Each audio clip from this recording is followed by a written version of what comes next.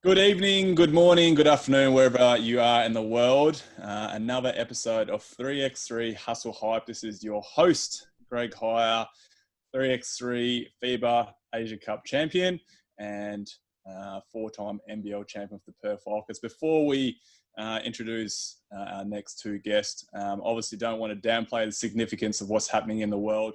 So acknowledge that it's obviously a very difficult period that we're facing, but as our two guests may touch on later, basketball and sport is a beautiful thing where we engage with a lot of communities, people, and so obviously want to touch on that.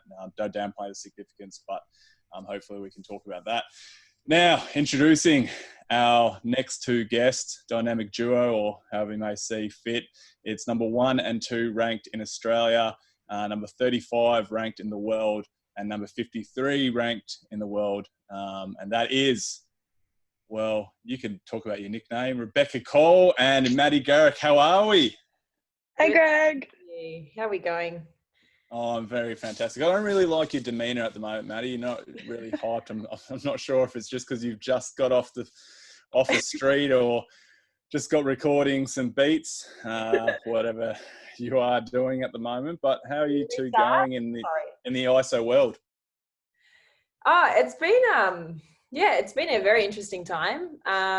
It started out like when isolation first started, very much something new from going from like a very structured working week in terms of training and everything to pretty much nothing. So it's been a period of transformation in terms of being creative and really digging deep into that kind of self-motivation, which I definitely struggled with for a little bit at the start. But now that, there's a little bit more dates on easing on restrictions and that sort of thing, it's kind of like, okay, well, now we have at least a date to kind of look forward to and work towards. So that's definitely helped.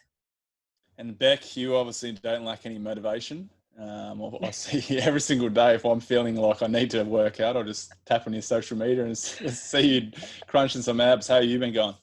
Yeah, look, I don't have one creative bone in my body. So, I love watching Maddie's stuff, whereas I'm just like, yeah, let's just work on the rig, get the go. But, it's sort of been fun. I live with mum and dad, so it's been fun, working out with them or watching my mum, little Rosie, watching her lift kettlebells is the cutest thing ever. And then dad and I are just flexing at each other. So it's a fun time, but my number one love language is physical touch. So for me, not hugging my family and my friends, that was very hard. But now I get to hug my family or give a teammate a high five. So that's good. High five, butt slap. You need a butt slap because that gets me going. But you got sporting pedigree in the family. You got old Gary Cole. Yeah, good old GC. Well, this is what he's been saying. So, love GC. He's finished all of his cancer treatment. Unreal. And he's Well done. Super fit at the moment. He's I'm 2 kilos off my playing weight. So he's just loving himself sick. I wouldn't be surprised at a marathon or something because obviously, I feel like he's pushing you. Not ruling it out. Would he do a marathon? I reckon he would. So no, he would if he could, but he has a very bung ankle. If you see him walk, it's yeah. So he literally couldn't. He couldn't do that, but he would do a marathon bike ride. He would definitely do that. Okay. Yeah. All right. Enough of the family talk. Oh, we'll go back to it. But I want to talk about last year. Unbelievable year from you girls. Obviously dominated the World Series events that you guys went to. Won the Asia Cup, Chengdu, Tokyo, and then we don't really want to talk about the World Cup, but had an unreal campaign and you guys were brilliant. And I've obviously always, I think it's a case of Australia not playing as much. You guys, if you were the case, you guys would have been, featuring high in the rankings. Talk to me about, I guess, what last year meant to you guys. I mean, obviously a little bit of a redemption with the Asia Cup. And then, the very first time World Tour events happening on the women's circuit. Well, as you said, the women's circuit happened. We were fortunate enough to be able to partake in that, but then also win the first, inaugural event of that. So we went to the first and the last stop pretty much, which is, that's special. Yeah. Which is, and just like to win both of them and give it a good crack. I think in previous years, we've really only gone to the FIBA Asia Cup. So last year was probably the first time we've really sunk our teeth into actually playing 3x3 and like giving it a good crack, and not just like a tournament here or there, and like being very sporadic in tournaments, and whether it fits around like our national league and stuff. So to actually kind of have a bit of continuation in playing, and then just kind of stay on and play an extra tournament and just give it, as I said, a good crack. It's been awesome to be able to do that. Yeah. You talk about, what do you reckon attribute to you guys with the success? I mean, you've talked Keely Froling, Anna Zavic, Alice Koenig, Marina Whittle. Everyone played really big pieces, but was that just a case of starting to play a little bit more, or starting to understand the game? Beck, you've been doing it for so long. What do you think, was the turning point? I think one, will play more games and more regularly. And for people who don't know 3x3 a whole lot, the only way you get better is literally by playing more games. So like you said, our nation, we're bloody good at it. But when we verse the Europeans and the Asians who have been doing it for 5+ years, you can tell what they have ahead of us is that experience. So the fact we did get to go to more tournaments, play against these nations, we grew from it, we learned from it. Yeah, we watch film, but I think also the more you play, the more I know where Maddie is going to be on every play. Where, Alice is going to be on the roll, or Keely coming up the lane. I think where where each other are going to be, that's a massive thing. But I think even from when our first stop in Chengdu to our last stop in Tokyo, countries were defending us differently. So it's almost like as we get better, countries learn what we do. We're still having to evolve. But what was great in the last year is we proved ourselves to other nations that we are actually here. Yeah, we won Asia Cup and people knew we were good, but I don't think they respected us. Now we have that respect, which is something awesome. What was your very first tournament, ever, 3x3? Mine was, I remember it was really random. The only reason we went, I think, is because New Zealand were couldn't go. And it was in France, in Nantes, I think that's how you say it. And the team was Carly Mijovic, Amelia Todd-Hunter, Nadine Payne, and myself. And JL Patrick was our coach, team manager, physio, whatever. She was not your coach. Well, we didn't really know the rules because we've just never done it. So that was my first experience. Maddie, yourself? Mine was 2 years ago, the Asia Cup. Really? Okay. I played it. There might have been maybe at the first Hustle. Yeah. Yeah, the 3x3 Hustle. That actually probably was the first time I played it. I wasn't playing in the SEABL. Was it SEABL still then? Yeah. Yeah. And because I I was coming back from an ankle injury and stuff like that, and I just decided that I wanted to take off season. And then Paul Maley from Basketball Australia was like, "Hey, what are you doing?" And I'm like, well, dancing? nothing, I'm just kind of working out in the gym and having a proper off season." He's like, "Oh, there's this game called 3x3. I'll call you again later and explain a little bit about it. But we're sending a team to this thing called the FIBA Asia Cup." And I was like, "Okay, cool, I'll do it." And that was it. So, had you seen it? Beck, prior to your first one, had you seen it? Did you even watch it? It's crazy. Never knew about it. That it existed. I think I'd seen on ESPN old NBA guys who played 3x3, but they were all just jacking up 3-point shots. But I didn't think it was a real thing where especially the guys could earn heaps of money and all that. So when I went to that tournament, I literally had to look up the rules, read it as I was on the airplane because I had no idea. And your initiation, Maddie, similar? Yeah, pretty much. Yep. I think I'm pretty sure it was the Hustle. So I just kind of rocked out. Was I guess it's kind of just basketball, but with a few other rules thrown in there. So yeah, it's crazy how different. Like it's the same concept of putting a ball in a hoop, but it's crazy how different it is. I mean, I remember my very first training camp after we had just got done. Yeah, you were very unfit. I saw you down the other end. But yeah, good old Dave Buers, our guy, Biwa. He literally is like very first drill is like running around like for like 10 minutes straight. And then I was like, yeah, maybe this isn't the sport for me. That lactic is different in 3x3, that's for sure. Oh, like absolute brutal. I mean, you love it. And then I wanted, because I mean, obviously, both of you guys had pretty good junior careers, so really sick photo of you guys at the AIS just the other day. Definitely might have to bring that up somewhere, which was good.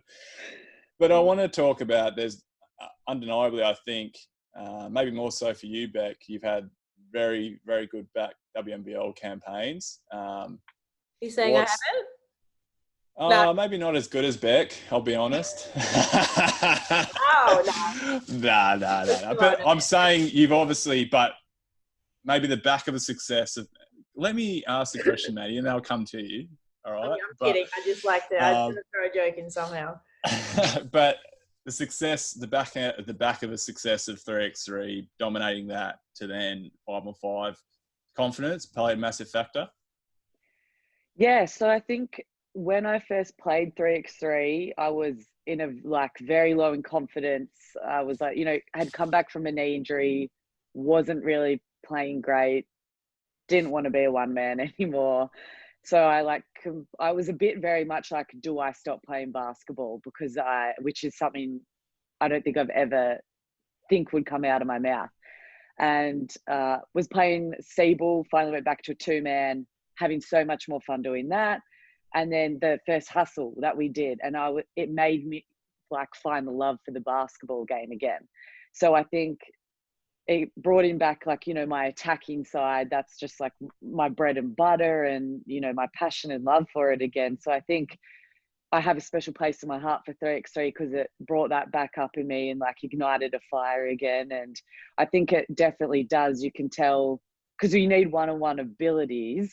When we go back to 5-on-5, it's something we're definitely better at, I think, compared, to some of the people who play 5-on-5 or the physicality. Like you can see us finish buckets, getting hit in the air or doing this, which we're not good at to start with, but you learn or you get better. So it's like definitely helped my game 100%, but I think also just made me go back to what I used to do, but have confidence in doing it. And then, Maddie, obviously I got to ask you the same similar thing, but the 3x3 game suits you. Like you don't, like you've got that flair, that creativity, both on and off the court. I mean, how have you felt like that suited you there? I mean, you've hit a couple of big game winners, you like that ISO ball. Yeah, I mean, talk to me about how that sort of, maybe how you've embraced that sort of concept. Yeah, I think you kind of said it when it's a game that suits my style of play. And I think sometimes in 5-on-5, I can't really express myself as I really am. So when I get to 3x3, I can have a bit of the ball more, be able to kind of like put a bit more handle in there, and just like I'll shoot the ball when I'm open. So that's what I do generally, but I have more of an opportunity to be able to express myself through getting the handles out or like challenging myself to get to the basket. That's the thing with the 3x3 game is you can't hide behind anyone. You're all exposed. You have to be able to do everything, defend, attack, get to the basket, shoot the ball. So it exposes you and you just have to be able to do that. But again, it kind of falls into my niche of play too. Let's talk about the Aussie girls and I guess the camaraderie and how well you guys get along. Obviously had the pleasure of being involved in the World Cup qualifiers, Asia Cup and the World Cup. And obviously all of you girls got along really well, especially, I mean, even us guys, there's a really good feel. But do you think that it shows, obviously, let's talk about that chemistry and that relationship of those girls. And I mean, it's going to be a tough thing. I mean, obviously you want to get girls pushing into the lineup. I mean, I obviously saw, off of me, who's Canberra Capitals player? Kelsey Griffin. Yeah, Kelsey Griffin come in. But I mean, talk about that. Just like Hannah Zervik and Zavic and everyone that's played. How's chemistry helped on the court? Well, I think, to be honest, like we've developed more.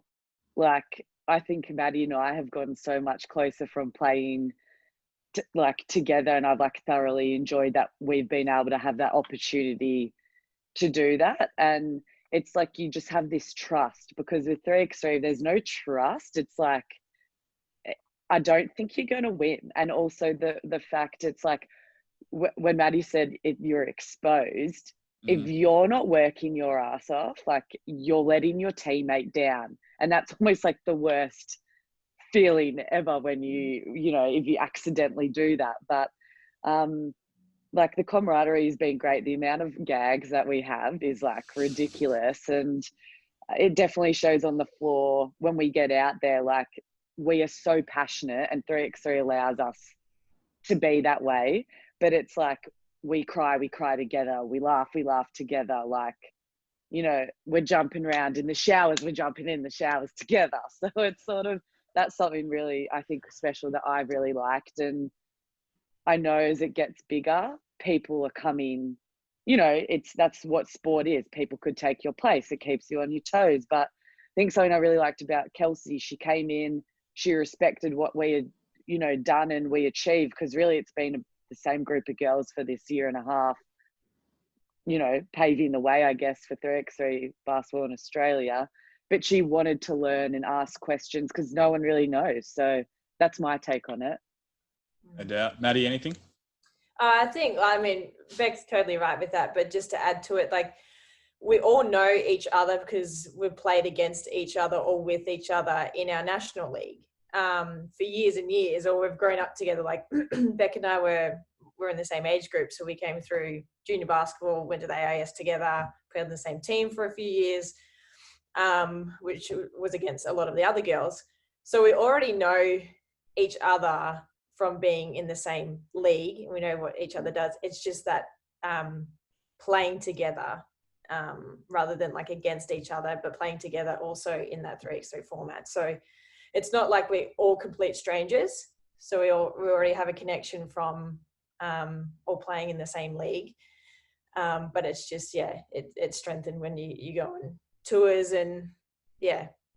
And there's only 4 of you. If you don't get along, but like good luck in this whole thing. And I'm going to say, I think that's why I love the whole environment, because like when you're in a team and there's always cliques, like, you take to our professional teams and there's like 3 or 4 people that stay together, and, like you don't want to be in the coach's bus and all that. But like you finish a game, the whole, like both the male and female squads are like sitting at a table. You go watch the games. There's no like, the warm up is like literally warm up at the stadium. It's like such, like when you talk about, I was speaking about it with Damon Huffman the other day, and he was speaking about like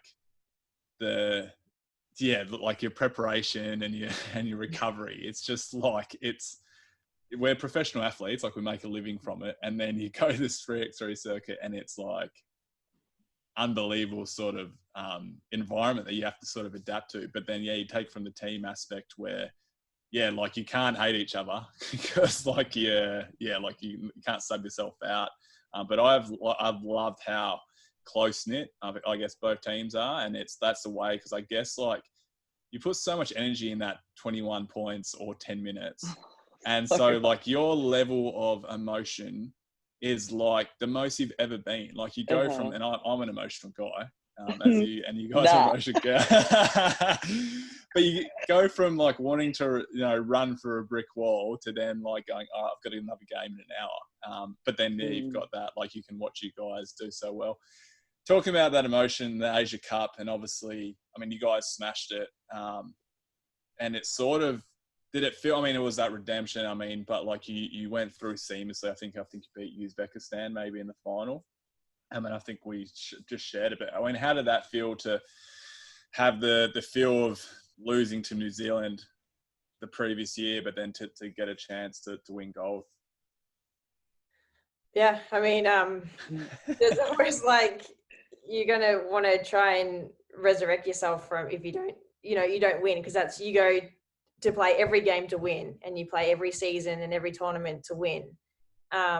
So there was always, that extra incentive that like, we're coming out even stronger this time. And again, like Beck said before, the more games we played, the more we got to know each other, the easier it got, the more fun it was. And I think, and then we won that and then went on straight to that, the first stop of the women's series, and we went 12-0 straight away. So I think that's where we came out and made our point, not only to win, but like we came out to be like, we're not messing around. We might not play this all year round like some other, countries might, and they have more experience than us, but like we're here. Like, yeah. We're giving this a crack and we're not messing around. Is there a bit of a rivalry with New Zealand? I mean, obviously 100%. always traditionally, yeah. I mean, of course. Yeah, I think, go, sorry, you go. No, go ahead. No. No, you. go. Go, Beck. I think like I remember after Maddie and I had lost the Asia Cup before, and afterwards, and I remember like Mad's like hands in her head, like cry, we were all crying, but it was the fact like I think we had the better team and we lost. And when you look back at the game and the rules and how it goes, we shouldn't have lost. So 100% redemption after that. But then I think, yes, we have that rivalry with New Zealand, but to be honest, I think our massive rivalry is with France, because we play them all the bloody time. And but you could ask them, I honestly think they would say the same thing. And we have this respect for each other, but it's like when we go out, it's like we're all going for blood. Thanks for listening to the show, because our very first episode we had Mignay Tree on the podcast, and she gave like a massive shout out and was like we thought we would play them in the World Cup final. Like that was her words, and knew every single player of their scouting report. And then unfortunately I'm gonna have to touch on that because we look back at an unbelievable atmosphere, right in front of the museum line, like in Amsterdam, 2,000, 3,000 people. It was like berserk. Let's talk about that. I mean, you guys had a really incredible campaign, but then I guess just to stumble at the end and, unfortunate of how that felt. Oh, touchy subject. Up her wounds, clearly over it. Definitely let that one go.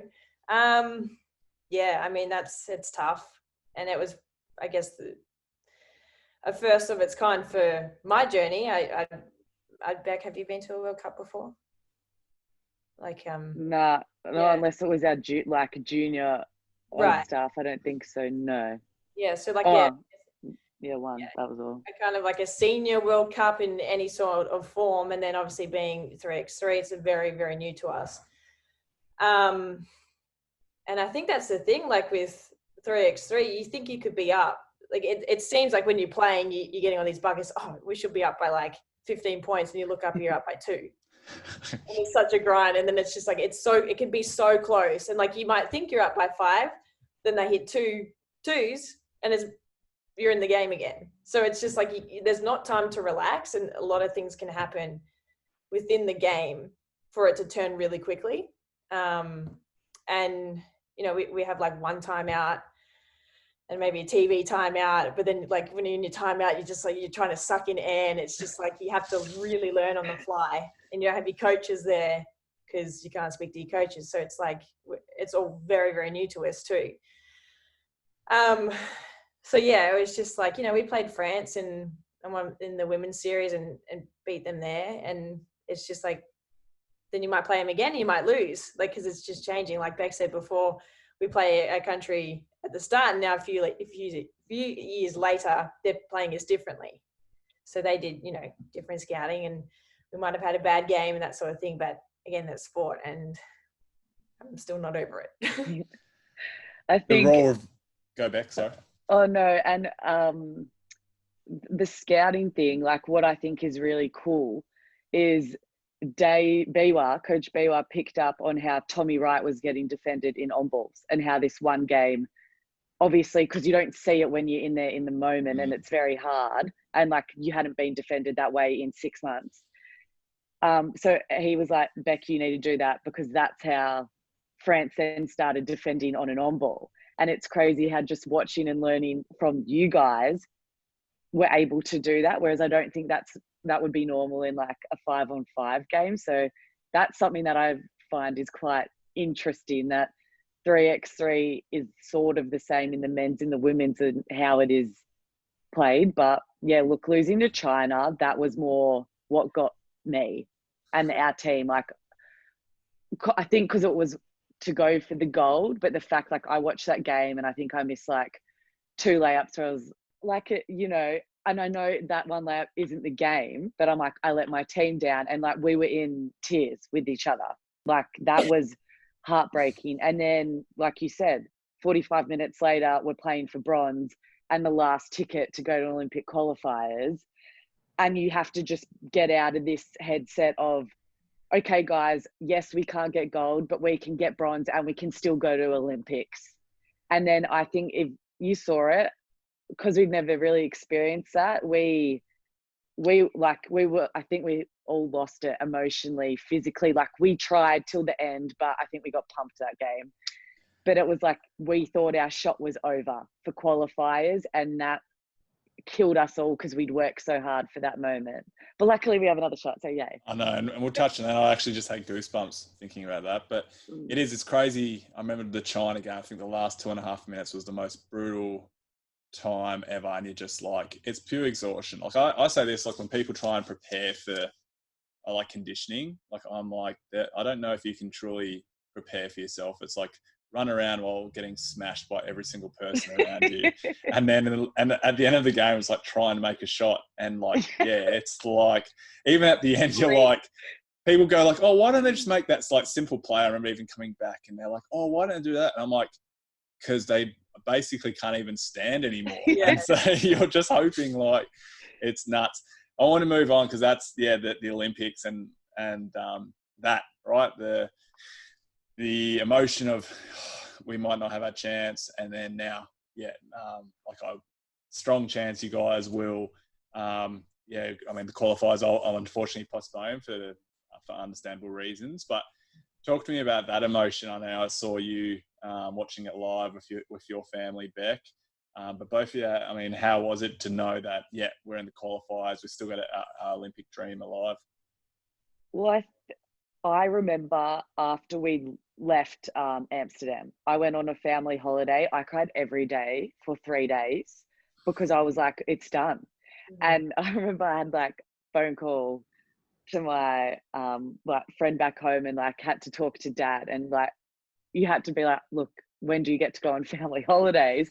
But this is how upset I was. Like, I just couldn't even think about it. So watching it, I know that our team deserves to be there because we are one of the best, but it's all based on ranking systems and we don't go to many tournaments. So even though I think we definitely deserve to be there, that's just not how it all works at the end of the day. So when I saw our flag come up, it was like a big weight had just been lifted off our shoulders, and I was just so happy that we get the opportunity again. Yeah, we had to do it the hard way, but it's still there, and that's been our dream since, you start playing sport. Yeah. Maddie? Yeah, it was very much like this. Like, we lost, and then it's like, oh, we might have another chance, but then like we don't have enough ranking points. And it was just like this for like a few months. And then so I was just like, I'm just going to be like this. And maybe like, I'm not over it. But it's just, and then I was kind of like excited, like, wait. And I remember I was messaging Beck, like when we're waiting for the announcement, I was like, I don't think I've ever been so nervous in my life. Like, this is more nerve wracking than like actually playing a game. And then, I mean, we saw the name pop up and we're just like, it's incredible. And I think we were so disappointed after losing the bronze, because it's like, that's it. Like, that was our ticket. How are we going to get to more tournaments? Like, is there even any more tournaments? We live all the way in Australia. It's not like we can just kind of, hey, I'm just going to go next door and play. Hop over to Italy. Yeah. Play Italy or like some European team. So.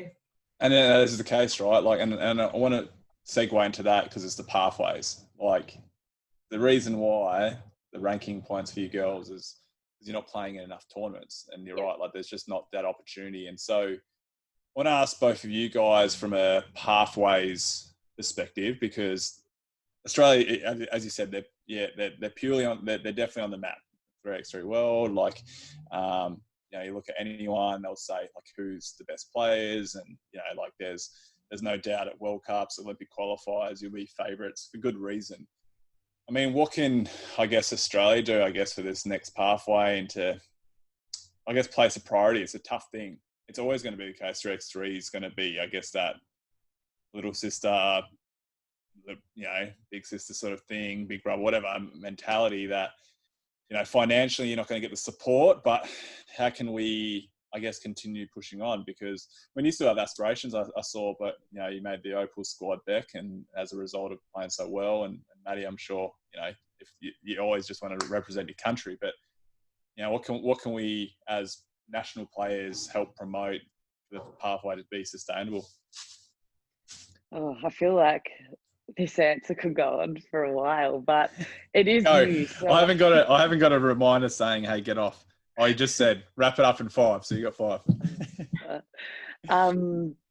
I think for one, the 3x3 Pro Hustles have been awesome for getting out the name of 3x3, and they've been able to not only adults but now children being able to play the game and get points for us as a nation. But as being a national team player, it would be great if we can go overseas and say, I know it was talks at one point, but the AIS in Italy, are we able to stay there for a period of time and we go, to other countries to be able to play, because they're doing it every weekend, whereas we're doing it every 6 months. That would be something that I think that would be great for the nation to keep playing in the pathways. But I think we just need more competitions here in Australia, probably first off, but I don't know. It's a hard. What do you think, Mads?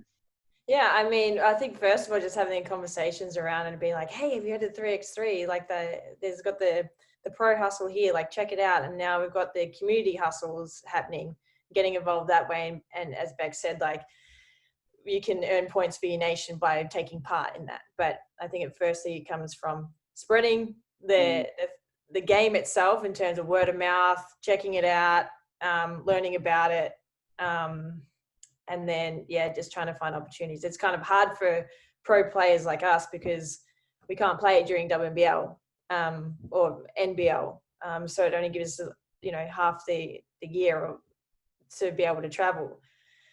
But of course, we've got an off-season league, but we're going to drop that if we can represent our country. So again, just trying to find more opportunities to be able to kind of travel overseas or get even tournaments here, so we can stay here. People can come in, but now with the whole coronavirus thing, travel restrictions, so it just throws a whole nother thing out there. But I think the first and foremost is just getting the word out there and kind of explaining to everyone what it's about, and just having that exposure.